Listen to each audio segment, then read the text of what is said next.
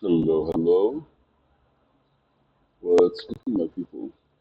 Morning, morning. How are we? Uh, it's very much been an interesting weekend, let's say. And today is May 1st. We started a new month.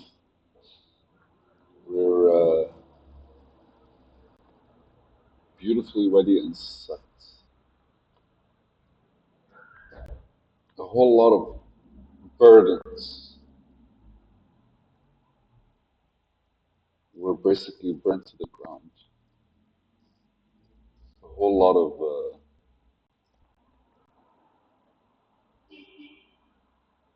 old school beliefs were burnt to the ground. I noticed something today. I used to have a recurring dream around somebody that basically like when I was back in Africa, I kind of like was snaky, always around, trying to take advantage. Normally in the dreams I'd feel weak, but this time I kind of felt more. I saw him as incapable, not the other way around. It's like it's not affecting me. It's such a beautiful kind of like I don't know. Like I always notice when I'm dreaming about something at one point, especially when it's something that's like what's going on. And most of the time, I'm intentional about trying to be lucid around it. I don't know if that's a thing that I do. I'm not sure. But this time around, I kind of flipped it. Super cool. So let's do today's video because because I feel today's video speaks to me. And the video is I don't want your best. I want what is needed. Best mentality versus better mentality.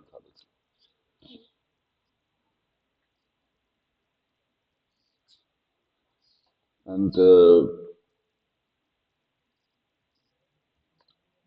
given my history on this planet, playing with life, I have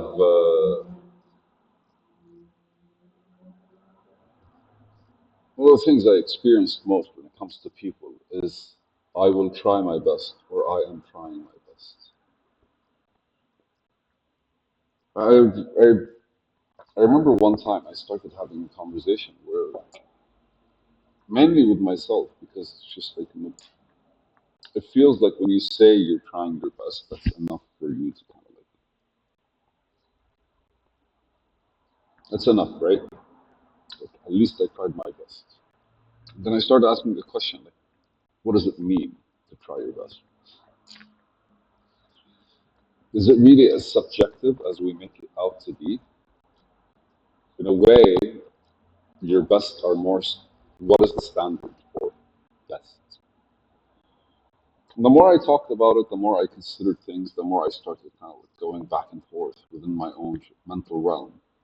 I started asking the question, like, what if your best is not good enough? And the natural thing I would do is just kind of like reflect on my best. Something, as always, is like your brain kind of like, it's fascinating. I feel like the mind's purpose is to answer questions, right? Like, the mind does what it follows your lead, but its purpose is more to answer questions. Uh, what are the things that I don't know? Be it you want to highlight an experience, you want to highlight a feeling, you want to highlight something that you see. All of these are beautifully kind of like structured, where your brain kind of like, what do you want? Or I want to do this. Okay, this is how we do it. Yeah, but last time you failed. So how can I do this where I succeed? Oh, I have no idea. Let's look at this and this and this and this, right? Like, the better you interact, the better you communicate, the better you kind of like, seek help. I think that's basically the word that comes to mind. Like, because like, I'm relying on my mind to deliver information, to deliver structure, to kind of like create a certain like setup that allows for us to kind of like get what we want, our desires. So the question comes up, and you go like, "Hey man, what is uh, what is our best?" I feel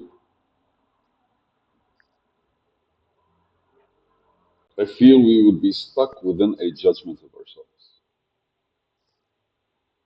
Because that one thing you're gonna look at the last thing you did that was beyond your capacity, or you would look at the last thing you did clearly. So like, what is my best? Well, I kind of like, again, depending on what you're thinking. So we're on a table right now that I don't want to say I designed, man, because it's basic. But I decided on its basically elements. I am the one who kind of like sandpapered it, and I'm the one who basically like painted the first tier, and a friend of my dad's helped me understand how to spray paint it. And if I look at that as being my best, I would be like, yes, okay, so like a table came out of my best. Fuck yeah, awesome. But how? What are the things? What are the different parts that could have been, I guess, done differently for this table to be like that extra percent? And as of recent, I came to realize that, and I've made some videos around it, I think, or wrote some notes, haven't gotten to it. That really, like, we get stuck at level 95 to 99. Within these levels, we're kind of like really above everyone, but not really beyond. There's no separation. I don't know, it's like, the strongest person there is still basically a person, right? That extra 1% to reach 100 kind of like levels you up beyond what strength normally means. And the subjectivity behind our best, I feel like, is the most important thing, especially since we kind of use that as a crutch. What we end up doing is we just see those little increments, and they're enough, because basically, like, every time I do something, that's basically like the max. No, I don't. We don't see those little increments. We just see the whole, whatever it is we're painting as maximum capacity. I don't necessarily think it's fair, because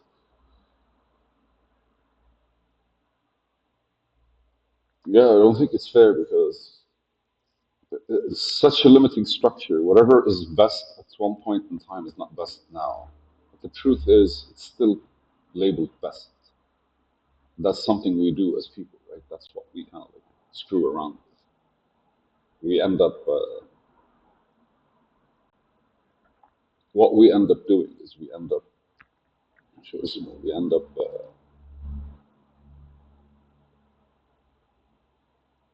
highlighting. I think it's the label that kills us. Like, our absence in our attempts is enough, because again, you can't blame. I don't know. You can't blame us if it's beyond our capacity. But that's because that's our limit, and our limit is our best, 100%, but it's not necessarily any good. And so the question, what if your best is not good enough, kind of like comes up.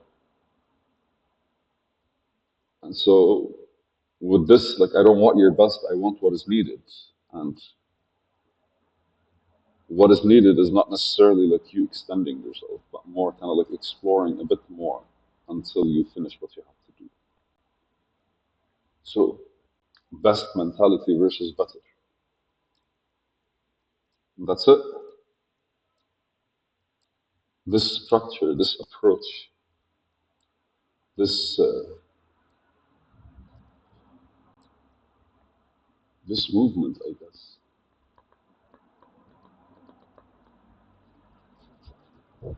really does give more of a, I want to say, thematic approach to your life. What do I mean by that? As in, like, it allows you to set a rhythm, right? A momentum. Today, tomorrow, after tomorrow. Change, adjustment, change, adaptation, change, adjustment, change, adaptation.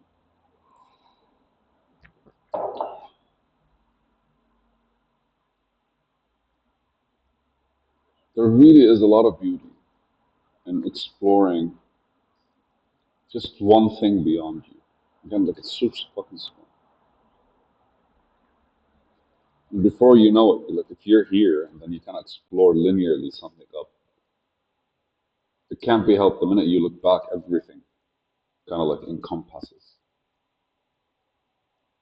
Because every one thing is kind of related in a way to this, to the thing next to it, and it's closely related to the thing next to it than it is the further one, the one further away.